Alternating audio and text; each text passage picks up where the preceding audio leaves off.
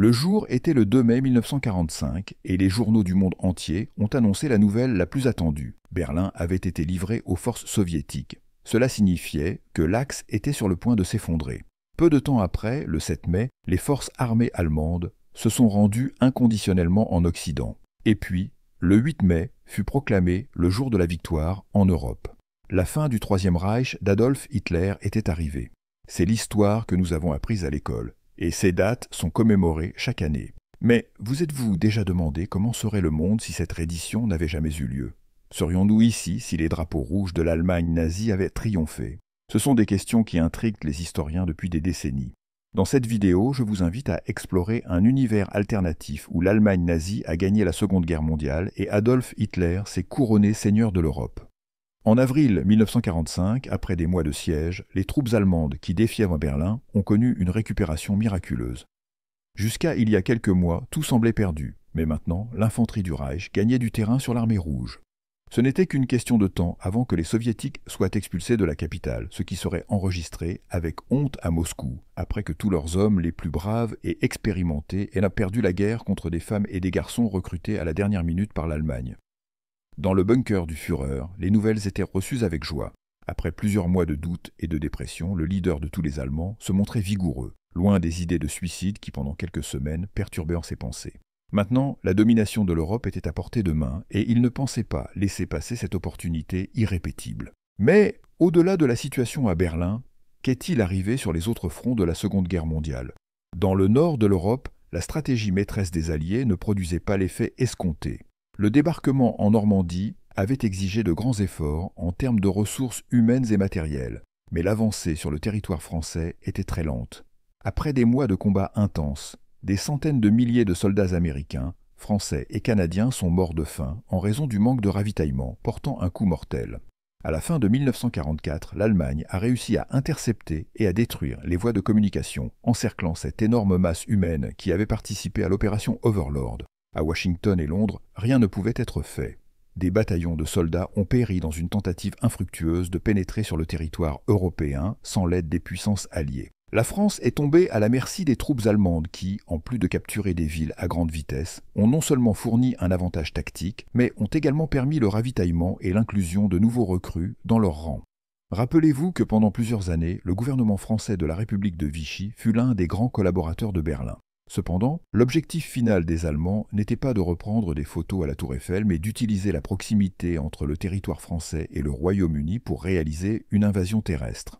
Ce plan, baptisé Lion de mer, nécessitait un effort massif de la part de l'Allemagne, mais le prix en jeu était très tentant. S'il parvenait à aborder les côtes de l'Angleterre, Hitler aurait un avantage pour négocier un armistice hypothétique. Ce sont des nouvelles défaitistes qui ne sont pas bien reçues par la population occidentale. Dans toutes les capitales alliées, la société commence à exiger une sortie du conflit. Ils ne veulent plus mourir et sont fatigués des efforts économiques qui, depuis 1939, serrent les estomacs et les poches de la classe ouvrière. La pression sociale et la mort massive de soldats sur tous les fronts poussent les dirigeants des États-Unis, du Royaume-Uni, de l'Union soviétique, de la France et de la Chine à céder aux demandes de l'Allemagne. Au moment où l'Occident craint, Hitler a réussi à plier le bras de toute la planète et est maintenant libre de maintenir les territoires de conquis et de dominer ces régions d'une main de fer. Si vous aimez, n'oubliez pas de liker et de vous abonner pour continuer à découvrir les mystères de l'histoire. Ce que nous venons de décrire ressemble à un cauchemar, mais c'est l'une des issues possibles dans ce jeu d'hypothèses. Une fois la guerre terminée, il serait temps de panser les plaies et d'évaluer les conséquences. Le premier résultat de la victoire allemande serait évident. Un changement complet dans la distribution du pouvoir politique et militaire du monde. Lorsque l'Axe s'est effondré, à la mi-1945, cela n'a pas seulement signifié la fin du Troisième Reich, mais aussi le début d'une nouvelle ère. Les empires et grandes puissances du XIXe siècle ont été laissés derrière. Maintenant, les nouveaux maîtres du monde seraient les États-Unis, la Russie et la Chine, tandis que la France et le Royaume-Uni figureraient dans cette liste de vainqueurs. Il est certain qu'au cours du XXe siècle, leur influence et capacité militaire répondraient constamment à ces trois nouvelles puissances. Mais si Hitler avait été victorieux, cette restructuration géopolitique n'aurait jamais eu lieu. Les Allemands se seraient établis comme les grands maîtres du monde.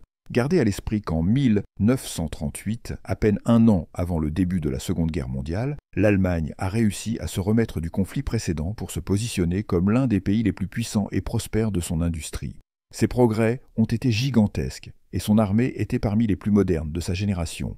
S'il pouvait consolider la grande quantité de territoires conquis pendant la guerre, ainsi que la technologie développée pendant cette période, le résultat serait un pays leader dans tous les aspects de la sécurité.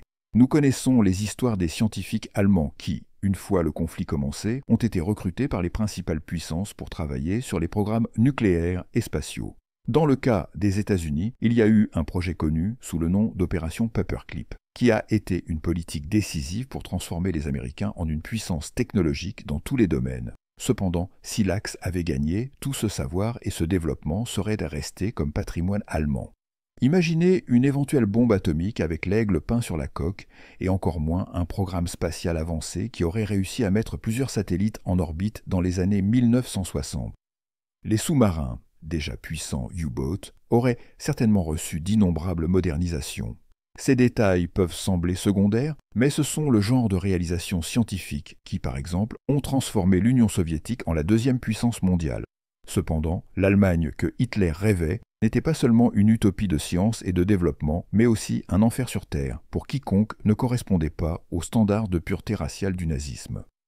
Dans cette hypothèse, l'aspect le plus horrible n'est pas la victoire immédiate et l'appropriation des territoires, mais la vision que le monde aurait de l'Holocauste. En fait, il est probable que, si les troupes alliées n'avaient pas libéré les scientifiques des camps d'extermination, une grande partie de ce que nous savons sur les massacres du Troisième Reich serait restée secrète. Dans un monde où Hitler aurait gagné, la politique eugéniste aurait continué pendant des années, et le seul résultat possible aurait été le massacre de pratiquement tous les juifs, les tziganes, les homosexuels et les personnes handicapées, ainsi que l'exclusion du reste des minorités ethniques et religieuses. Malheureusement, l'antisémitisme n'était pas exclusif à l'Allemagne nazie. Dans d'autres pays, comme la France, l'Italie et certaines régions de l'Europe, le ressentiment ethnique était à fleur de peau. Cela peut nous amener à une conclusion désagréable. Dans le cas d'une victoire allemande, les méthodes d'extermination pourraient avoir été condamnées dans de nombreux cas, revendiquées et adoptées, comme ce fut le cas en Croatie et en Roumanie. Pensons un instant, que ressentirions-nous en entendant le mot Holocauste aujourd'hui ? Il est impossible de séparer la fin des horreurs de la Seconde Guerre mondiale sans faire des crimes allemands, le paradigme à travers lequel nous évaluons et punissons tous les attentats contre l'humanité. Mais cette vision dépend en grande partie du camp qui en est sorti victorieux, celui qui a eu le privilège de raconter les faits depuis sa perspective. Vous connaissez déjà l'ancienne phrase « L'histoire est écrite par les vainqueurs ». Il est clair que si l'Allemagne avait gagné la guerre, les procès de Nuremberg n'auraient jamais eu lieu, ni aucun autre procès contre les tortionnaires et les criminels de guerre. Un possible effet secondaire de l'absence de justice pourrait être observé dans les multiples traités de paix, dans le respect des droits de l'homme et les accords bilatéraux signés après la guerre. Dans un monde où personne n'a été condamné pour l'anéantissement de millions de personnes, quel sens auraient ces documents ? La suprématie allemande dans la culture européenne représenterait l'accomplissement des plus grandes peurs des Alliés et le cauchemar des décennies suivantes. Comment aborder la reconstruction d'un continent détruit et dirigé par un régime totalitaire ? Cette reconstruction ne serait pas seulement physique, mais aussi morale, politique et sociale. Les nazis ont imposé leurs valeurs par la censure et la répression, ce qui a conduit à la création d'une société homogène et intolérante. La victoire de Hitler signifierait un monde où la diversité culturelle et ethnique serait supprimée au profit d'une vision unique et totalitaire. D'autre part, il est possible que la résistance contre le nazisme s'intensifie. Les mouvements de guérilla, comme les partisans en Yougoslavie ou les maquis en France, auraient pu se multiplier, alimentant une lutte constante et prolongée contre le régime. Cette résistance aurait pu mener à une nouvelle vague de conflits et de révolutions, façonnant un monde encore plus instable et divisé. De plus, la victoire nazie aurait eu un impact significatif sur les colonies européennes.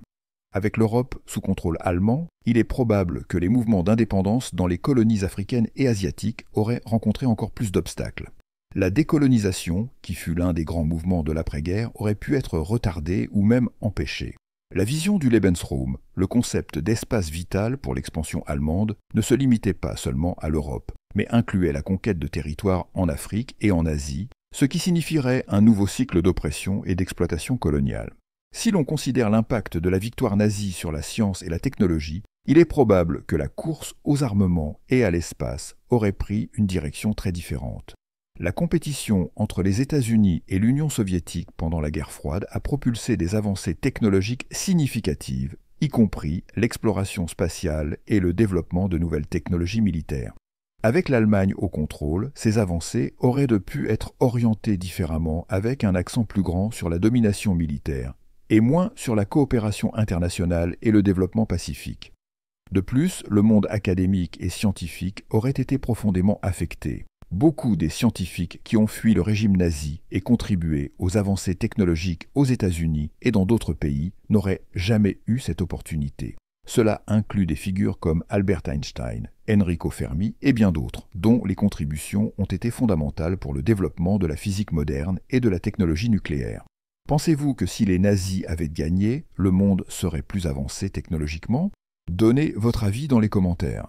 L'ordre mondial sous la domination nazie serait une dystopie où l'idéologie de la suprématie raciale et la répression brutale seraient la norme. La propagande nazie deviendrait le principal outil de contrôle, façonnant la perception publique et éliminant toute forme de dissidence. La liberté d'expression, la diversité culturelle et la tolérance appartiendraient au passé, remplacées par un régime totalitaire qui se maintiendrait au pouvoir par la peur et la violence. En fin de compte, la victoire nazie aurait créé un monde d'oppression et d'injustice, où les valeurs de la démocratie, des droits de l'homme et de la liberté seraient indéteintes. C'est un futur qui heureusement ne s'est pas réalisé, mais qui sert de rappel sombre des dangers du totalitarisme et de l'importance de protéger et de préserver les valeurs qui nous unissent en tant qu'humanité. Nous savons qu'il existe de nombreux secrets obscurs sur la Seconde Guerre mondiale. Pour en découvrir davantage, cliquez sur le lien qui apparaît à l'écran. Merci d'avoir regardé, à bientôt.